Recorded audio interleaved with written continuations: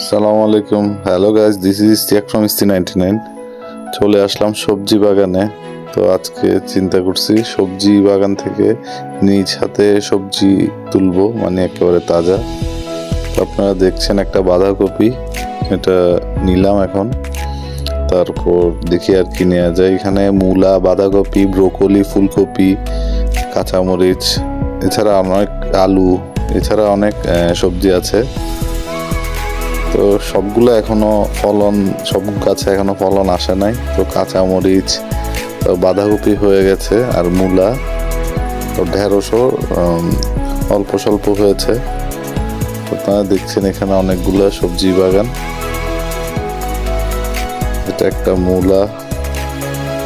মূলার সিজনে জামাই তো আইলো না, এটা হলো সেই মূলা।